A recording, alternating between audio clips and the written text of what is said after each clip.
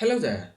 In this video, we'll walk through how to connect a PIR motion sensor to a Raspberry Pi and measure its output using a voltmeter.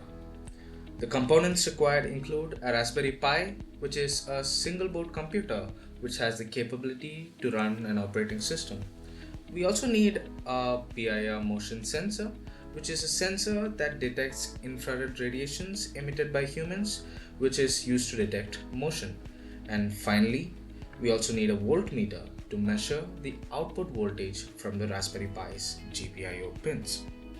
In a Raspberry Pi, GPIO, which stands for General Purpose Input Output, are present that help us connect to components like your sensors, your output modules, and more. The GPIO pinouts for Raspberry Pi is as given. Using this reference, we'll be connecting the components according to the table shown. We'll start by connecting the PIR sensor's power and ground to the Raspberry Pi's 5V and ground pins.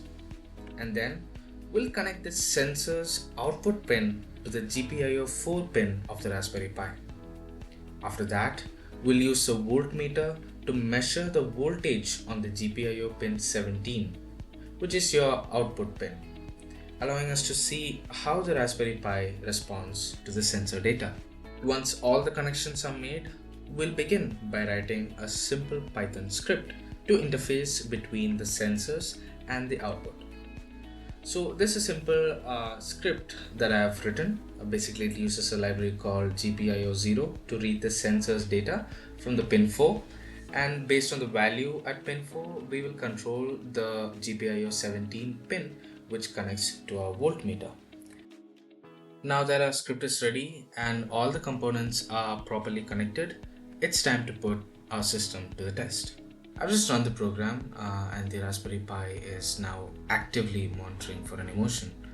The moment I wave my hand, you can see the PIR sensor instantly picking it up, and the script prints that the motion has been detected.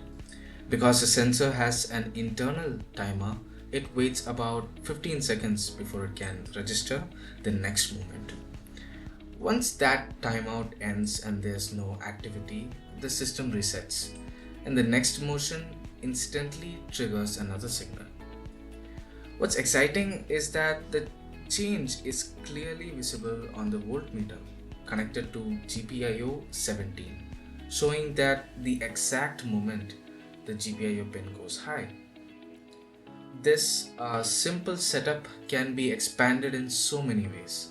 Instead of the voltmeter, you could easily connect an LED or an LCD display to display the motion status, or even integrate a relay module to control lights, alarms, or other appliances.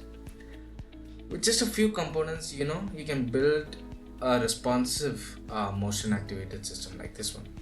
And you can use this for automations as well. And that wraps up our demo. If you found this helpful, make sure to try it out yourself and explore different ways to extend this project. Thanks for watching, and see you in the next one.